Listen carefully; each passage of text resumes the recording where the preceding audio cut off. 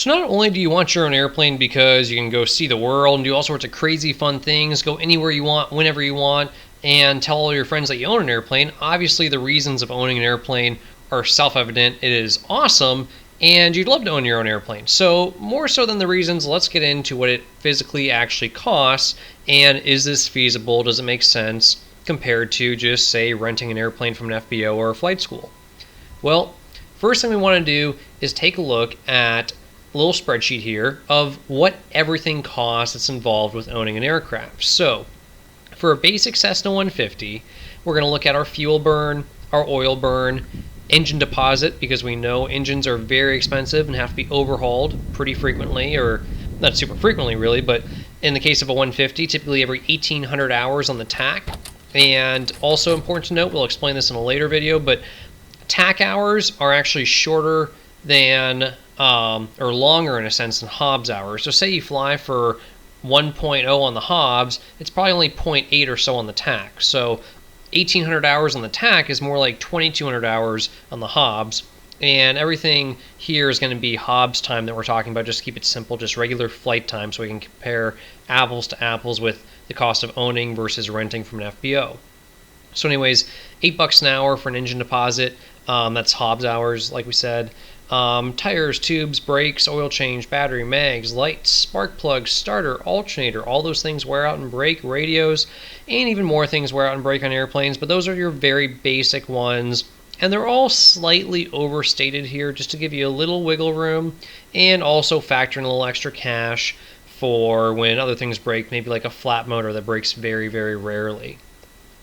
So let's take a look here, and we come to 613 as far as how much money this is going to cost every 100 hours in maintenance. And then our 100 hour or our annual is going to be $400 just in labor, just for the inspection for the mechanic to come out to the hangar, to the airport, and just look inside the inspection panels, pull the seats, just inspect the airplane. Then they're going to charge an extra $613 as far as parts that are going to go into it.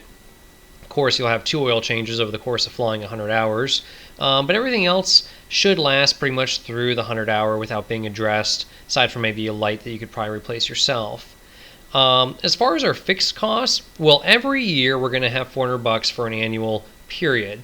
And you can say, well, $400 is really cheap. Well, that, like we said, it's just the labor part, and that's pretty standard throughout the country. Anywhere from Michigan to Florida to California, you can get an annual done on an airplane for about $400, provided it's labor only, and the mechanic's coming out to your hangar, your airport, and just kind of working out of their truck.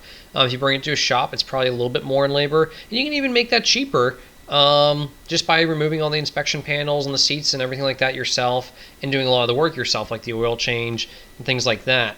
Cheapest annual I've ever had was $175, and that's because when the mechanic showed up, I had already moved all the interior, the inspection panels, and every single thing from inside that airplane, so they could just do their inspection quickly, easily, and then I reassembled it, and they inspected after I reassembled, and that saved them a lot of their labor. Other fixed costs, tie down, $55 a month. That's pretty standard throughout the country. Anywhere from $25 a month is the cheapest I've seen it, on up to $100 a month. But for the most part, even here in Venice, Florida, on the coast, in a more real estate expensive type area, still $55 a month is a going rate. Insurance on a 150, if you're a private pilot, even low time private pilot, 100, 200 hours in your book, you can count on about $50 a month, about $600 a year or so for insurance. Insurance on airplanes is pretty cheap. It's just something that they don't figure you're going to use very much, and you've got a lot of skin in the game as far as not dinging up that airplane compared to dinging up your car. They figure that you're not going to have as many airplane accidents as you would car accidents. So airplane insurance is pretty cheap. Now, if you're not even a pilot yet, you're a student pilot, and you want to buy an airplane to learn in, you can figure, $75 a month, maybe $100 a month at the worst end of it, but it's not going to be crazy for insurance, and it really depends what your insured value is. So we factored our airplane to cost about $16,000. I'll go ahead, just for the heck of it, we'll say our airplane costs $18,000. You just want to realize that most of the cost on your airplane insurance isn't the liability portion, it's the hull insurance portion. So what they're going to pay you in case you do damage the aircraft And also, the deductibles on airplane insurance, while we're on the topic, are pretty cheap. Usually about $250 for a deductible, so nothing too bad there. Coming over here to financing and depreciation, well, we're not going to assume a loan here. We're just going to assume that we had the cash to go buy the airplane in the bank. So we got $18,000 out of the bank. But we do factor it at 3% here just because that $18,000 could probably be invested in something earning 3%. And if it's not earning us 3% and it's tied up in the airplane, well, it's theoretically costing us $540 a year. So that goes into our total annual fixed cost. To be totally fair here and objective, that's what it's costing us to have that money tied up in the airplane. Next, for fuel cost a gallon, well, right now it's $4 a gallon here, but I realize that's cheap compared to most parts of the country, so let's just say it's $4.50 a gallon. And your oil costs per quart, right now I can buy it at the FBO for about $5.50 a quart, so we'll plug that in there. And total hours flowing, let's just start for a starting point, say we're going to fly 100 hours a year. So we come down here and our variable cost per hour. So variable cost per hour means when we just fire up the airplane and go fly, fuel, everything included, is $43 an hour, 43 cents. Pretty darn cheap. Our total cost per hour that we feel, and this is the number in the green here that we want to use when comparing it to renting an airplane from the FBO. Say we can rent a 150 from the FBO for like $89 an hour. Well, here, even after we pay our tie down, our insurance, the cost of having the money tied up, pay for the annual, pay all the maintenance, pay everything, it's still only $65 an hour if you're flying it 100 hours a year. Now, obviously, that number goes up if you don't fly 100 hours a year. So let's say we fly 50 hours a year. Well, now we're at $87 total cost per hour. So now we're getting close to FBO type rental prices. However, the FBO in Venice actually charges $120 an hour to rent a 150, which is pretty crazy. So even if we only fly, let's see here, 25, maybe 28, 30 hours a year, we're still going to be better off to own our own airplane, even if we're only flying 30 hours a year. And of course, the more we fly, the more reasonable it becomes to own your own aircraft. If you're going to do some time building, say you're trying to get a commercial pilot certificate, you're going to go 200 hours, well, $54 an hour you really cannot beat. That is a lot cheaper than you're going to pay anywhere else. And when we look here at variable cost per hour, remember, if you just want to go fly an extra hour, it costs you $43 is all. So if I just fly 201 hours a year, well, it just costs me another $43 is all. It doesn't cost me the whole 54 that we factor down in there. And then variable cost per mile, as far as driving, do you want to fly or drive? Say you buy your own airplane, you used to commute a lot, and you say, well, now that I own the airplane, maybe I'll fly it more and instead of driving. Well, about 46 cents a mile is what you can figure if you're cruising about 95 miles an hour, and which is pretty typical for a Cessna 150. It's capable of doing 95 miles an hour in cruise flight, maybe even faster if you clean it up, polish it up real nice. So, yeah, 46 cents a mile. It's comparable to driving a truck, to go somewhere. So that's, pretty reasonable rate of owning a Cessna 150. It's pretty darn cheap.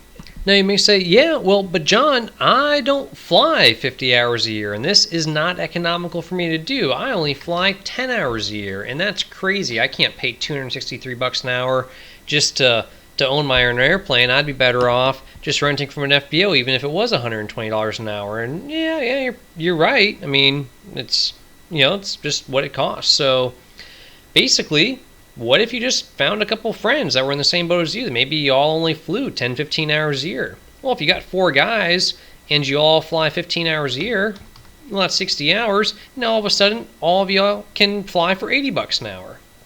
So as soon as you throw some extra people in the mix and start using the airplane a little bit more, it becomes real economical. That's where clubs come in. And even you can say, well, yeah, but clubs charge monthly fees. Well, this number takes care of all that. If a club with 4 guys, was formed, and you flew 15 hours a year each, well, it'd be $1,200 a year each, would cover all your expenses and all your flying and everything. So that 15 hours, or even if it's only 10 hours each, well, it's still a pretty reasonable rate. Now it's $98 an hour.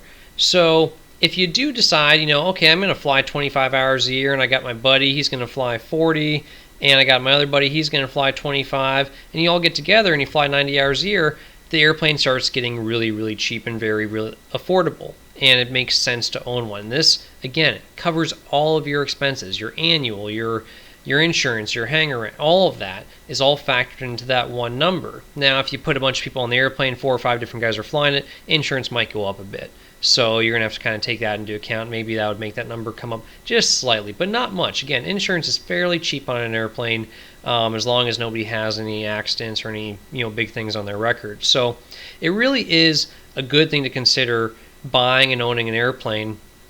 And if you're just looking at it for the purpose of time building, you may say, one of the things you might notice is, oh, well, this financing depreciation, well, what about depreciation? The airplane depreciates. Well, we're talking about buying a 150 from like the 1960s, 1970s. They're not going to depreciate a whole heck of a lot time-wise. Now, as far as putting more hours on the airplane, there might be a slight amount of depreciation, but the engine deposit really covers that. And when you put a brand new engine on the airplane from the engine deposit, that bumps the value of the airplane pretty substantially on the market. So depreciation of the airframe is not really a concern here. So if you can find some guys and you can all fly a reasonable amount of time, it makes pretty good sense to get together and form a little club and own your own airplane rather than having to rent from an FBO or rent from a flight school.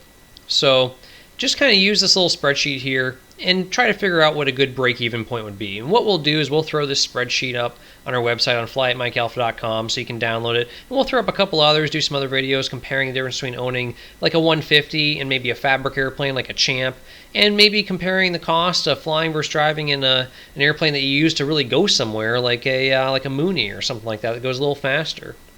So one other thing we want to show you here is what we actually experienced, because all these fictional numbers are all fine and dandy, but what did we actually experience our cost to be for over the course of a year owning an airplane flying at 400 hours? So we flew 400 hours.